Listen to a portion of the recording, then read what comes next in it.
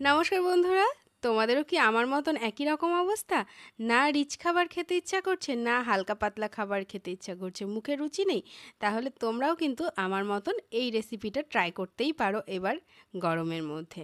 তো তার জন্য কি করতে হবে? মুসুরির ডালটাকে রাতভর ভিজিয়ে রাখতে হবে। আর এদিকে কয়েক কোয়া রসুন নিয়ে নিয়েছি আর 3টে লঙ্কা নিয়ে নিয়েছি। লঙ্কাটা অবশ্যই তোমরা তোমাদের স্বাদ অনুসারে ব্যবহার করবে, যেরকম ঝাল খাবে সেরকমভাবে ব্যবহার করবে। আর এখানে ডাল নিয়েছিলাম, ডালটাকে আমি দুবারে বেশ মিহি করে পেস্ট করে নিলাম। আর এই ডাল বাটাটা কিন্তু খুব গাঢ় করেও ডাল বাটাটা বেটে রাখিনি, আবার একদম পাতলা করেও বেটে রাখিনি। আর আজকের এই পাতুরির রেসিপিটা কিন্তু একদম অন্যরকম। তো অবশ্যই ট্রাই করো। এবার ডাল বাটার ভেতরে দিয়ে দিচ্ছি একটু হলুদ, আর দিয়ে দিলাম পরিমাণ মতন লবণ, আর একটু মিট মশলার গুঁড়ো দিলাম। এটা অবশ্যই অপশনাল, জাস্ট গন্ধটাকে ভালো করার জন্য আর একটুখানি অ্যাড করলাম। এখানে তোমরা মিহি করে পেঁয়াজ কুচিও ব্যবহার করতে পারো, তবে আমি এখানে পেঁয়াজ কুচিটা ব্যবহার করছি না। তারপরে এই ডাল বাটাটাকে বেশ ভালো করে ফেটিয়ে আমরা খানিকক্ষণের জন্য রেখে দেব। আর ততক্ষণে আর একটা কাজ আমরা সেরে নেব।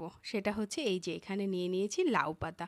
এই লাউ পাতাগুলোতে পেছনের দিকে যে শিরগুলো রয়েছে, এই শিরগুলোকে খানিকটা করে তুলে ফেলবো।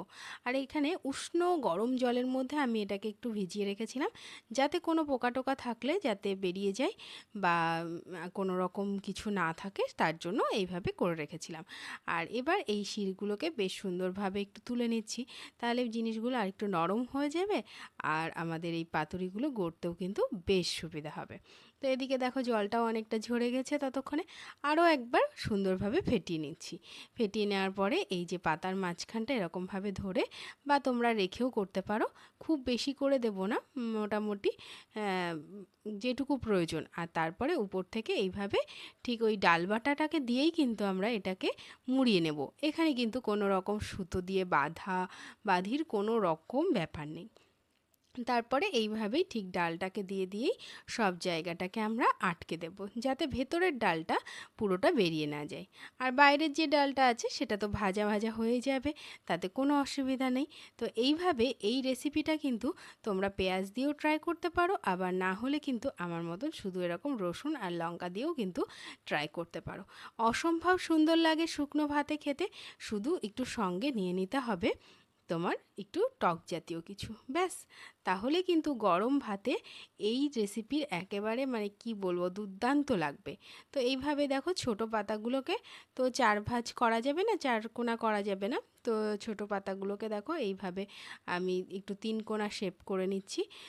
তো শেপ যাই হোক, খেতে তো একই টেস্ট হবে, তাই না বন্ধুরা? তো এইভাবে দেখো বাকি পাতাগুলোও কিন্তু আমরা এইভাবে গড়ে নেব। আর তারপরে ভাজার পালা। এই যে এদিকে সব অনেকগুলো গড়া হয়ে গেছে।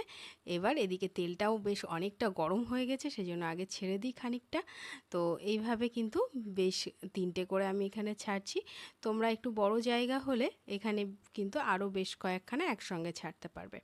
আমি একটুখানি বেশি তেল দিয়ে ফ্রাইটা করছি, তোমরা চাইলে কিন্তু এখানে আরও কম তেলেও কিন্তু ফ্রাই করতে পারো, তবে ওই একটু টেস্টটাকে বেশি বাড়ানোর জন্য একটু বেশি তেলে ফ্রাইটা করছি। তো এই রেসিপিটা গরম ভাতের সঙ্গে অবশ্যই ব্যবহার করো, আর সঙ্গে যদি একটুখানি তেলাম থাকে তাহলে তো ব্যাস, আর কোনো কথাই নাই। তারপরে এইভাবে উল্টে পাল্টে বেশ সুন্দর করে লাল লাল করে বেশ তুলে নিতে হবে। আর আমতেলের কথাতে মনে পড়লো বন্ধুরা, আমতেলের কিন্তু একটা রেসিপি আমার চ্যানেলে রয়েছে।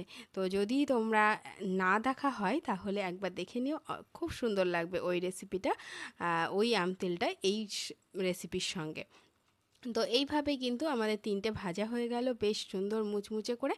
আবারও আমরা বাকিগুলো ভেজে নেব। তো এটা যেহেতু বেশ অনেকটা বড় আছে, তো এখানে আর 3টে আটবে না, দুটোই ভেজে নিলাম।